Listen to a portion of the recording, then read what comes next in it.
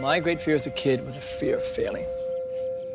And that's Hawaiian, because I was born that way, because that's the expectation. You're Hawaiian, you're gonna be less. You're Hawaiian, you're gonna fail more.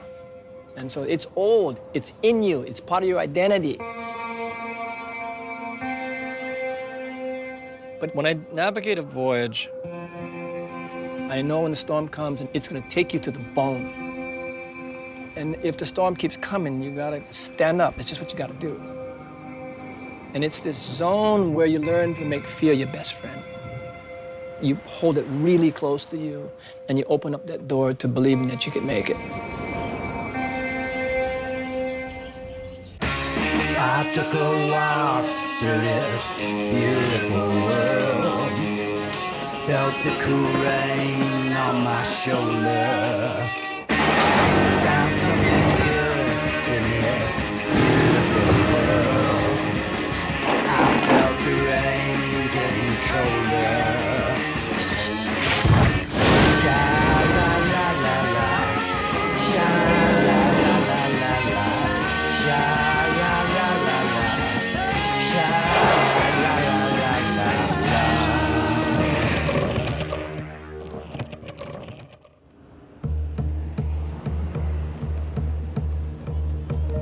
Hawaii is America. As American as anything could possibly be. Yet it also never shed what was there before, and the layers and layers that have come since. It's a wonderful, tricky, conflicted, mutant hellbroth in what, for lack of a better word, you'd have to call paradise.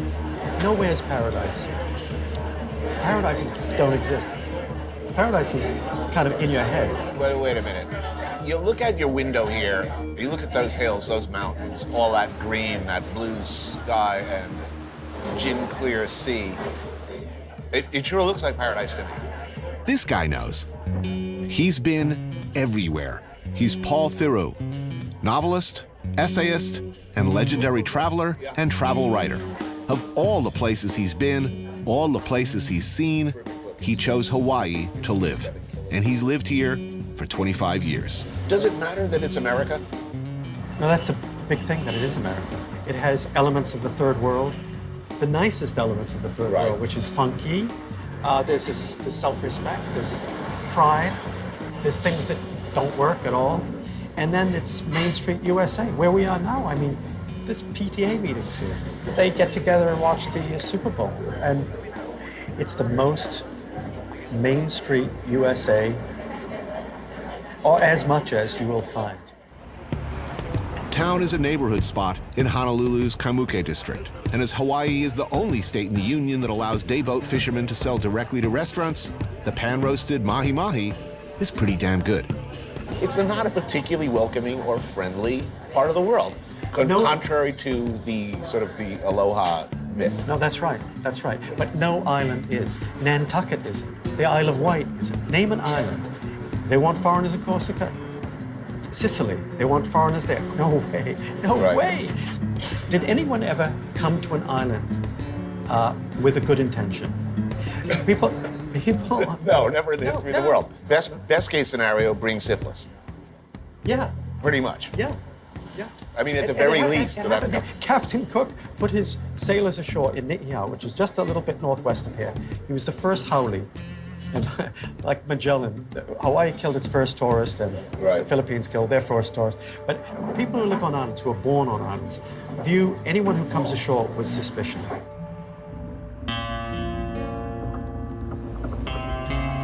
Well, to go back to what defines a Hawaiian, maybe we should go back in our imaginations to, it could have been 2,000 years ago. The Tahitians had this voyaging canoe. Way before any other culture on the planet was exploring the deep seas. Somehow, gets here. Someplace in the South Pacific, single most isolated archipelago on the planet. Fast forward to Captain Cook and his identification of native Hawaiians, you get a glimpse of these are very productive people. They were industrious, they were healthy, strong, they had time for the arts. That was a large population, more than half of what we have in Hawaii today, fully sustainable because there was no other choice. So over time, the native Hawaiian population goes to 22,000. It's the same story. introduced disease, inability to deal with it, people die.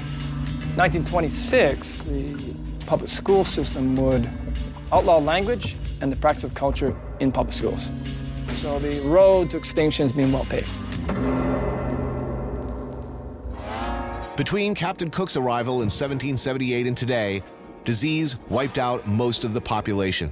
Missionaries came, a booming sugar and pineapple plantation industry, an influx of immigrants from Japan, Okinawa, China, and the Philippines. There was the overthrow of Queen Liliuokalani and the U.S. takeover of the Hawaiian government. World War II, and finally, statehood.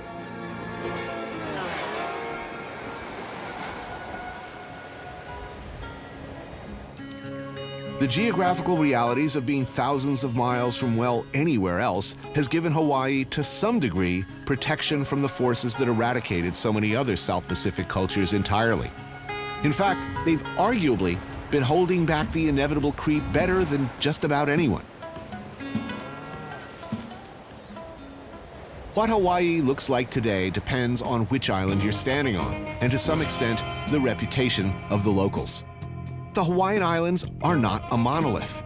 Islands, that's plural, and we are talking 8 very different islands with very different identities. It's been over a century since the waves of immigrants began, and things got all mixed up in the best possible way. There's layers, and a simple question like, who is Hawaiian, gets you all kinds of answers. The neighborhood of Kalihi is a far cry from the Hawaii that most people know. And Ethel's has been a go-to of a very specific kind for the last 40 years. It's a blue-collar town, you know. They all come here, breakfast, lunch, every day. I'm joined by 2 local chefs, Mark Noguchi of Mission, known by some as the Gooch. He's second-generation Japanese. And Andrew Lay of The Pig and the Lady. He's first-generation Vietnamese-American, or would that be Vietnamese-Hawaiian? As you'll see, it gets complicated. I actually cooked on the East Coast for 3 years, and people would always be like, oh, you're from Hawaii, you're Hawaiian. And I was like, no, I'm a second-generation Japanese. No, but you're from Hawaii, that makes you Hawaiian. And it was like, no. And then what I realized is like, here in Hawaii, we identify ourselves ethnically versus geographically. Like, there's no way that he and I would call ourselves Hawaiian. We get our ass kicked by a Hawaiian. How many generations does it take? I mean, who qualifies as Hawaiian in your view? To me, a Hawaiian is a Kanaka Maoli, is a native of the land. It's in your blood, you're koko. You come from a lineage of native Hawaiian people. Well, what's your feeling here? I do feel like I'm Hawaiian in a sense, you know? That's like my place. But culturally, it's a different story. Well, let me ask you this. You say you're not Hawaiian. No. What's your feeling about Spam? I love So you're Hawaiian? I'm from Hawaii. I'm born and raised, gonna die 808. The owners of Ethel's are a sort of typical Hawaiian mix. Okinawan Ryoko Ishii, a.k.a. Mom, mainland Japanese husband Yoichi, daughter Minaka, who I guess would be Japanese, Okinawan, American / Hawaiian, and son-in-law Robert, who is, of course, Mexican. It's the pig feet. Oh, nice. That's pretty. Oh, wow, look at that. That's the tripe. That's the tripe. That's the tripe. That looks good. Spam and bitter melon. Now we are talking. That's awesome. I just call it local food, you know? But local food just like covers like a wide net. When I look at this table, again, I just see Hawaii. You know, you got Portuguese, Japanese, you got Okinawan, World War II, I don't know, some type of Korean, Japanese, Hawaiian, love child, right? Kind of awesomeness. The food is some bone-deep Hawaiian stuff, my friends, which is to say a delicious mashup of, well, look, take taco rice. It's a dish created in Okinawa to approximate Tex-Mex for homesick American GIs that was then appropriated in a post-ironic way by younger generations of Okinawans and Japanese and has now found its way back to Hawaii. Got that? Spoon right in there. Wow. Identifying and seeing my best friends who are native Hawaiian helped me to realize the pride of being from Hawaii, understanding the Hawaiian culture, living it, but also being very proud of being Japanese. There's still a movement to a sovereign. There's a very strong sovereignty movement. So if fighting broke out in the streets, which side are you on? I'm getting tear gas. You're getting tear gas. You don't even have to think about that. You But you know what's funny? What I always joke about is like, if like the nation of Hawaii took it back, right, and ousted Uncle Sam, my whole thing, and they was like, no, Hawaii is for Native Hawaiians only now. I'm like, hey, everybody needs a cook. Like, I'm a cook. I have worth.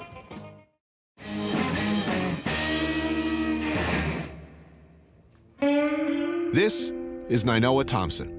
And in 1976, along with a number of similarly heroic Hawaiians, he did a very difficult, very important thing. Before 1972, it was generally assumed, even insisted upon, that Hawaii had been settled originally by some random savages who'd maybe drifted over accidentally from South America.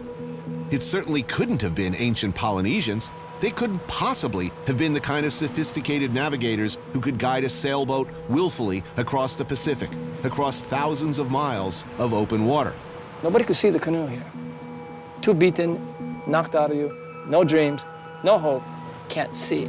The Polynesian Voyaging Society, with the help of crew members like Nainoa Thompson, set out to prove that that was exactly what did happen. There were those in the community that loved this canoe, prayed for it, and there was those that feared this canoe because they sensed change. You have a 62-foot, 12-ton voyaging canoe. I mean, it was powerful. It changed everything. The Hokulea, a double-hulled sailing canoe, a replica of the kind of craft believed to have been used in those times, and using only primitive, contemporaneous navigational tools, sailed 5,500 miles to Tahiti and back. A trip that helped spark a Hawaiian renaissance, a rebirth of pride and interest in traditional Hawaiian culture and identity. The success was monumental. It changed worldview. That our ancestors were powerful, they were extraordinarily intelligent, they were courageous, and they were skilled. And so we come from them. Thompson is a legendary waterman, and he's continued to sail on Hokulea's missions. Native Hawaiian, his roots in this valley go back 200 years. My grandfather was born here. So I grew up milking cows here with my grandfather. He spent many years learning traditional Polynesian navigation techniques from a master, Mau Pailog, of the small Micronesian island of Sarawal. This is a man that was chosen by his grandfather. At 1 year old, he was put into taipo to be trained in learning the wind and the water. And at 5 years old, he was sailing with his grandfather. And then he would never say that as some sense of abuse, but only love. He says, yeah, when the wave make the canoe move, the canoe make me sick. My grandfather throw me in the ocean so I can go inside the wave. And when I go inside the wave, I become the wave.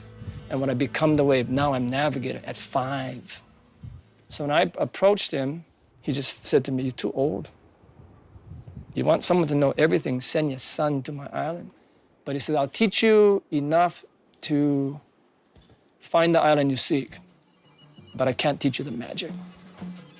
Why do you think it was important to do such a difficult thing? I mean, it's the same story that you're going to see in... Well, everywhere. Everywhere, in terms of indigenous people.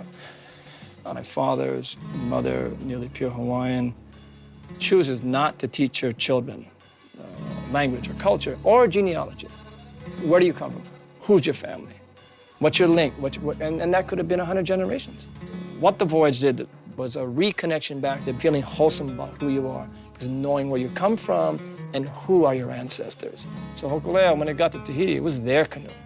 This wasn't our canoe, it was theirs. Right. And so that it started to ignite this flame, again, symbolic, a bumper sticker, a t-shirt starts to emerge. I'm proud to be Hawaiian. 1987, it becomes the first language. It's mandatory in the schools. Hawaiian culture has to be taught in public schools. Private schools will not have attendance if you don't teach Hawaiian. Right. Now it's Hawaiian identity is into everything. It has to be recognized in everything. You're gonna go to Molokai. Yeah. That community is powerful. When I mentioned to people, locals in Oahu, in Maui, other Hawaiian residents, that I was going to Molokai, the response was almost always surprise. Molokai did not have a reputation for being welcoming, that it was dangerous to go over there, that those Molokai dudes were mean, inward-looking, unfriendly, tough as iron, and quick to get pissed off. As it turned out, that was not my experience. So we like to brag about what we don't have. We don't have traffic lights. We don't have a building over 3 stories. We don't have traffic. Nice. Walter Naki is a skilled fisherman, and today we're headed out for some octopus. You know Molokai's nickname, right? It's called the Friendly Isle. Yeah, but it's famously not the friendly island. It's supposed to be the most unfriendly island. I mean, that's what everybody says, right? Depends which way you look at it. Traditionally, we're very, very friendly. Now, unfriendly is when you go try to come and fix it, Right. make it better, Right. or try to take something. Right. That's when we become unfriendly. The Molokai people have been protective of what their resources. So we have a lot of our natural resources still intact. Still. Yes, but then there's always other people that want to come. Unsurprisingly, fishing rights is an issue around here. Don't come over here sport fishing the wrong place if you know what's good for you. So Tony, this is basically where we're going to dive, this area. Nice sandy spot. Okay, ready? Go ahead, let go. Okay, we are here, man.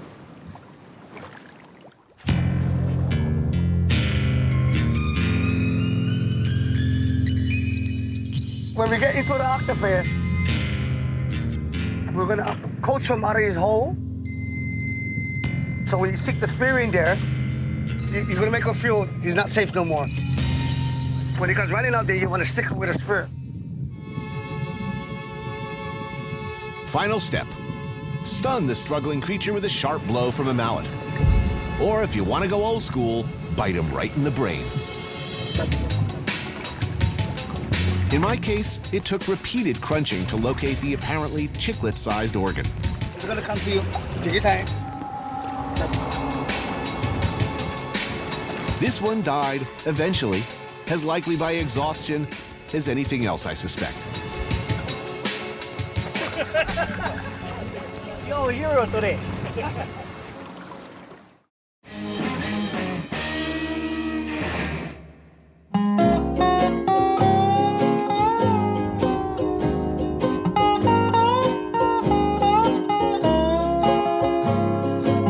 While the sailing canoe, the hokulea, was a powerful spark for the Hawaiian Renaissance, this was what really set things off.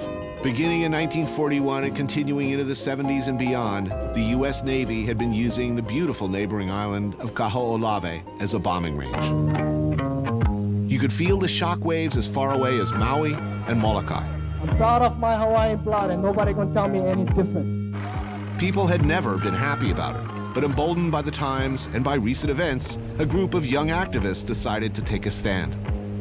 In 1976, there were a number of attempted occupations of the island in protest of the bombing.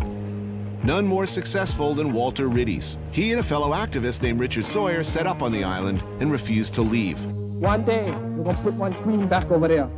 managing to evade pursuers for just over a month before finally being arrested and jailed. And her first order is burn down this building and put up one halal, what belongs over here. They emerged, of course, heroes. And these protests went on to inspire many others to join the movement I hope I'm still alive when that day happens, because I want to see our queen back in office. and embodied the independent spirit, the desire for Hawaiian empowerment and sovereignty that today resonates across generations.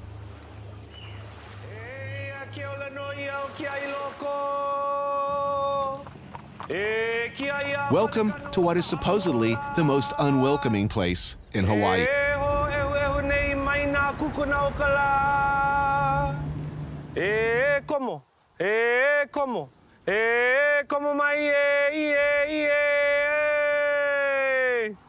Como my Anthony, come in, brother. Come into Kavanui. My name is Hano. Thank you so much. Nice to meet Thank you. Please come inside. Hello? Hi. Aloha. This is Keawanui Fish Pond, a shared community space with a sacred history. Hano is the caretaker of the fish pond. He's a local community leader here on Molokai. Also here is the famous Walter Riddy. Everybody knows how valuable all of this stuff is because we can see what happened to the rest of the islands. So essentially an old school fish farm, 800 years old. 800 years old. Modernizing one old idea. And an ancient idea is as simple as feeding your community. And this, the island you're on, this place could feed over 1 million people back in the day. You hear the word again and again on Molokai. Aina, which means land and translates to that which feeds you. Springs, mountains, rivers. These lands, these fish ponds were managed by their ancestors as a sacred trust. Here where fresh water from the mountains and fast-moving ocean waters met. Early, sustainable, clean fish farms. Something in modern times we're still struggling to figure out. Because you heard what people think about us. But the true story is that we have a place of abundance and we try to protect it. We're trying to protect all of these things that we've been able to protect for the last 30 years, and it's getting harder and harder. Every single one of these Hawaiians over here get enough evidence that the state of Hawaii, the Department of Land and Natural Resources have done a terrible job. We're not even looking for blame. We're actually looking for an agreement that from today, Right. we all gonna be pono. We're all gonna be righteous. We're all gonna be good. Our planet is in such bad shape that being environmental, being green is trending. And that's where the Hawaiians have always been. So, who gets to be Hawaiian? This is the question. Who is Hawaiian? Hawaiian is a nationality, bro. You could be Hawaiian. Really? They Come made on. they made us Don't think- shit me now. Yeah, I have to be Hawaiian is born our here. blood. Come on, this is a different story. I can give you the best explanation. Because you cannot be our blood. Our blood is Kanaka. You cannot be Kanaka. Hawaiian is our nationality, and you can pledge for be that. You see this what we're standing on? Our Aina. It matters so much that if you love this place and you don't want to develop it, destroy it, abuse it, we are on the same team. Yeah. If you eyeing this place and its resources as a money-making vehicle for yourself, we enemies, right? And it doesn't matter what race, religion, what sex you. If you love this place and you can malama our Aina the way we love it and our ancestors loved it, oh, we can be more than friends, but we can be family. I'm gonna aloha you. You know? True law. Beautifully played, man. Wow. That's it. Right on, bro. It's a pretty impressive spread of food for such a supposedly surly group. Slow-roasted pig, grilled calafish, mullet cooked lavalu style. And of course, octopus, known as squid luau. Fresh poi, you gotta have it fresh, believe me, makes all the difference in the world. Freshwater snails called, I believe, hihivai, harvested from streams way up in the mountains. It's a bounty. The bounty. The bounty of our ocean and our mountain. It's a squid, octopus, the one you Oh, that's octopus. Oh, hey, well, You bit his eye. Right there, right there. I recognize you. Wahine ilikea ika poli o Molokai no ka heke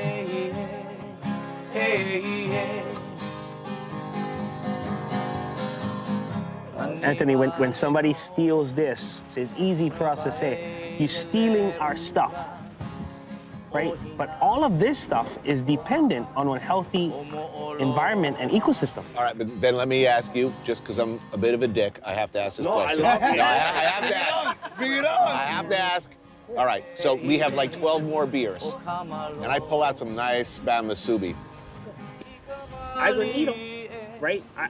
Look at me, I'm gonna eat them. But that doesn't mean it's right, and that doesn't mean that's what I'm gonna feed my children. Our culture made everything we did the best of the best. Hawaiians are the only one that turned taro into poi. You know what I mean? We did everything to the best of the best. So if you're gonna introduce spam to us, we're gonna do them the best. You introduce Christianity to us, we're gonna do them the best. Whatever you introduce to us, we're gonna Our do them the Christianity is better than yours. I love it. You know, we got So you've really disappointed me. You in no way lived up to your reputation as mean, unwelcoming, inward-looking, hostile. Come on, admit it. It's a calculated strategy. It is. And I'll leave with a message. If you're watching this show, I hope your heart is swelling with admiration. But bottom line, don't come here. Yeah. Yeah! Wahine ilikea ika poli o Molokai no ka heke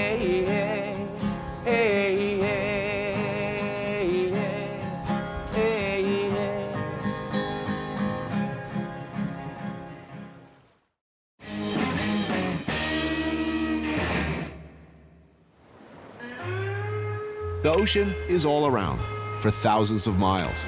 A humbling feeling, knowing at all times that the ground upon which you live and walk and breathe is but a tiny speck in the middle of all this. So in Hawaii, the waterman is an important distinction. It expresses the shared consensus that you are able to handle yourself in the ocean, no matter what it throws at you. It implies that you are capable of almost mythical things, the ability to live in the water, handle its many moods, above or below the surface. Meet Uncle Ross, Waterman, a canoe surfing legend and generally accepted ambassador of the Aloha spirit. He's offered to share with me a truly ancient Hawaiian space, found only on the face of a crashing wave.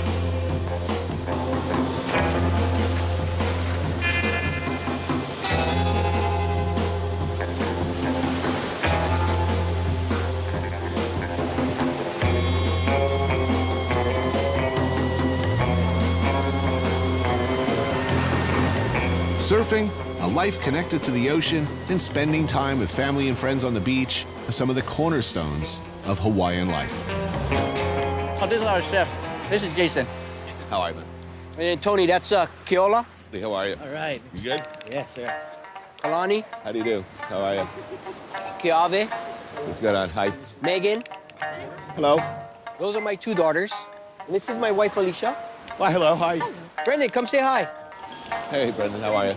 And Milton, this is Milton. Milton, good to meet you. So how does everybody know each other here? We live on an island. Everybody knows everybody. Okay, that's true. Why did I even ask? It's just the way you roll.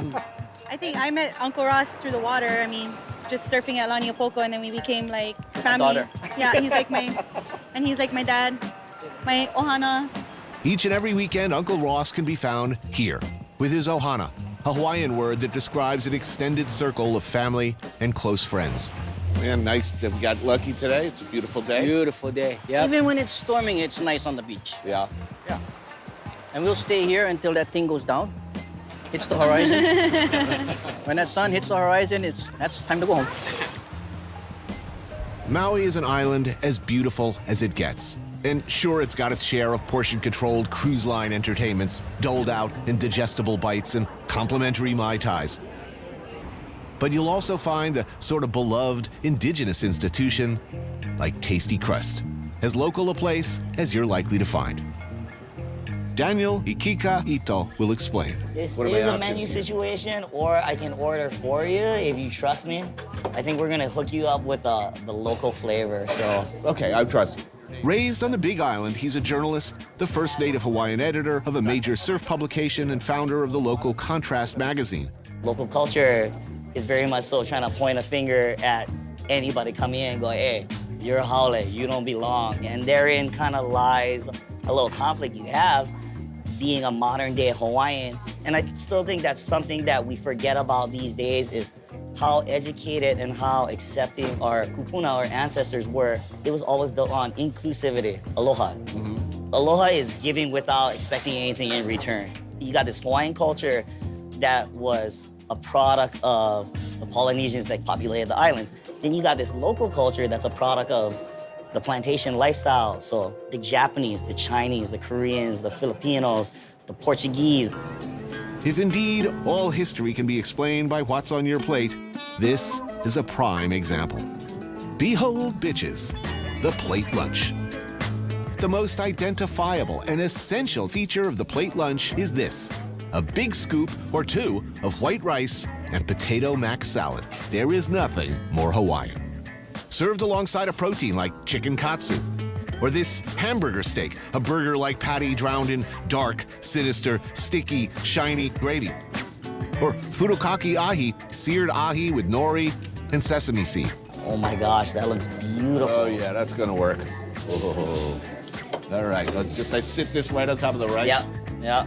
You want to get some mac salad too on there too. Gonna get that sinister gravy on. Oh, dude, look what we're eating. Okay, they may not be Hawaiian, but they are now. They are fundamentally local. I mean, this food, this most delicious, let's be honest, delicious. This is not healthy eating. And we're kind of paying the price for it right now. And the health of the state, which is terrible. As I take a bite of hamburger and brown but it's, gravy. like I said, it's just so good. If you really want to do Hawaii right, you got to give back. And that's a power that Hawaii and the Aina still has, is if you show aloha and you give without asking, the Aina is going to recognize it and it's going to shower its blessings upon you. So, you think traditional Hawaiian culture and lifestyle has a chance against the modern world? I think so. The beautiful part about my ancestors is they realized there was a limited number of resources where they lived, so they observed nature to the best possible they could to figure out what were the cycles and how do we preserve this resource. Hawaiian culture can teach the whole world something that it needs to know is we all live on an island and we are all part of the same community. Let's all show aloha to the Aina and let's show aloha to everybody else as well.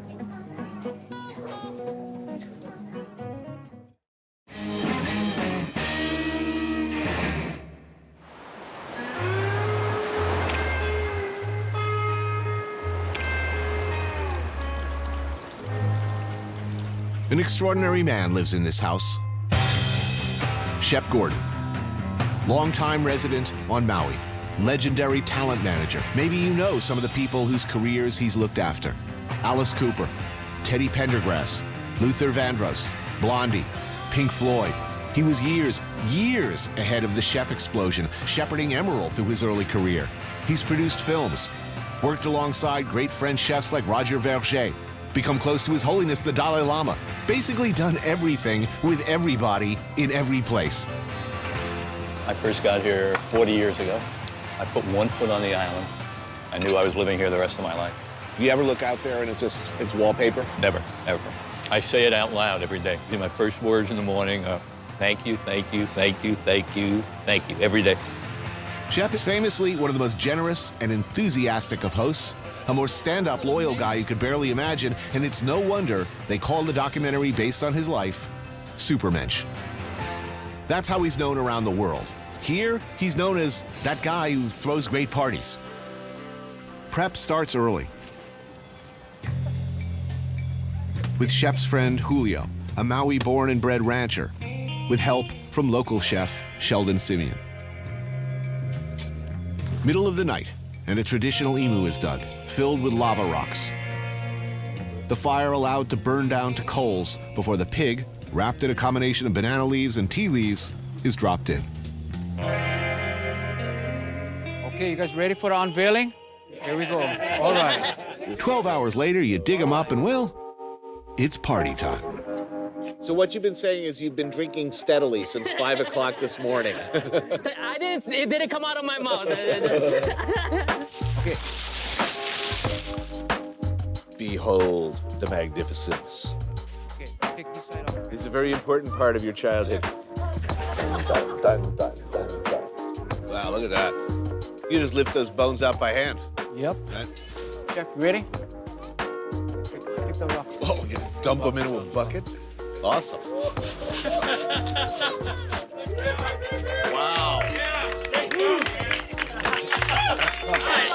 Wow, that's pretty much the way I want to end up. Just be able to pour me right into a pot. There's lots to do, and everyone pitches in to help. It's an extended all-day affair of prepping, chopping, dicing, slicing, mixing. And of course, there's some sampling along the way, like this wild pig sausage that someone was nice enough to stop by with.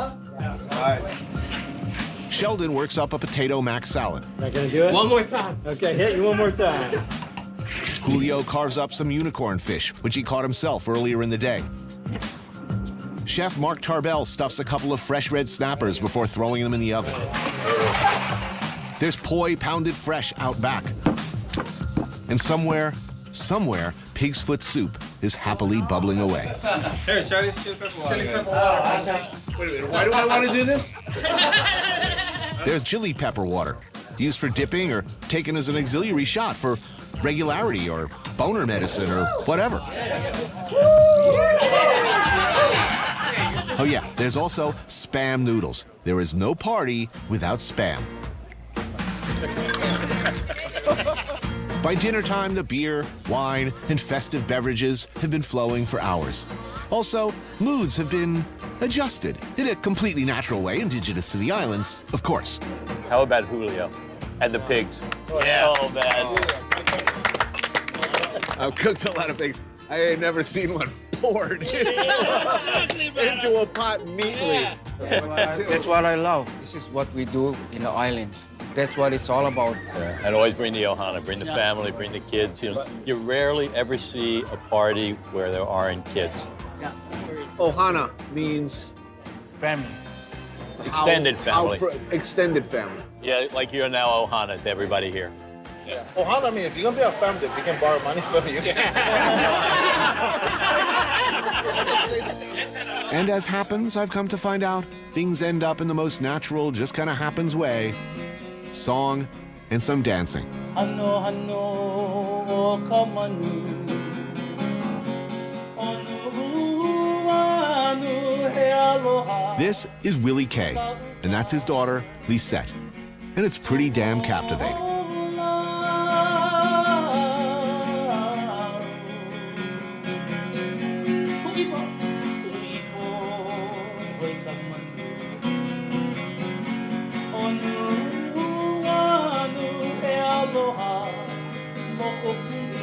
It's getting near the end for me, and I look over at Shep and I see a happy man, surrounded by friends, by family really, his Ohana.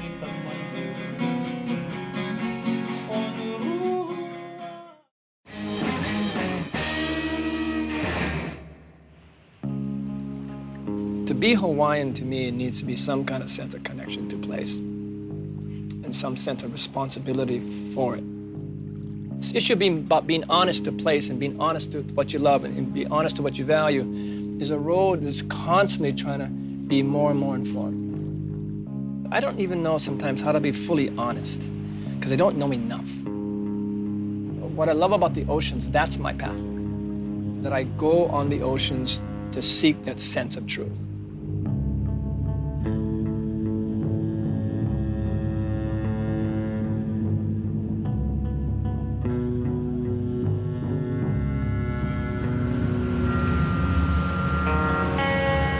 They said I could see whales, like close up. And I had reasons for optimism. All week I'd been staring out to sea, watching humpback whales leaping out of the ocean, spouting and frolicking. So are things compared to other parts of the world, our conservation efforts as far as marine mammals in general, but whales in particular, going well? Is this so? That's the one thing on the planet that is.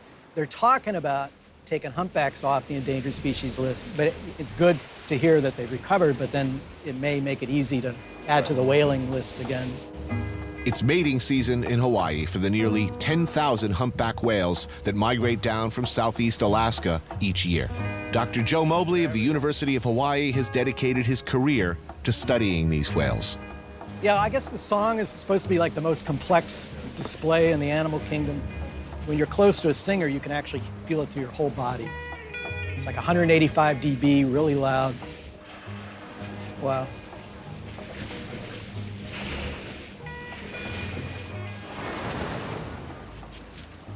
They don't mind us at all, do they?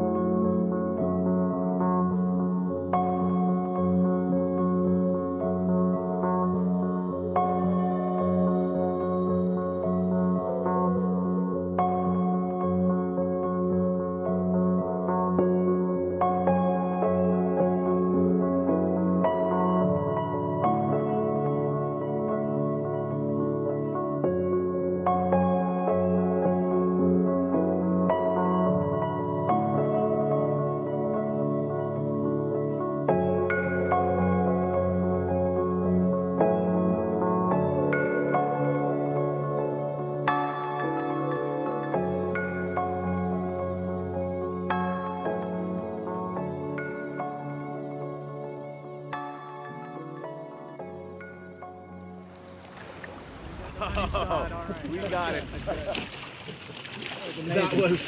That was incredible. Unbelievable.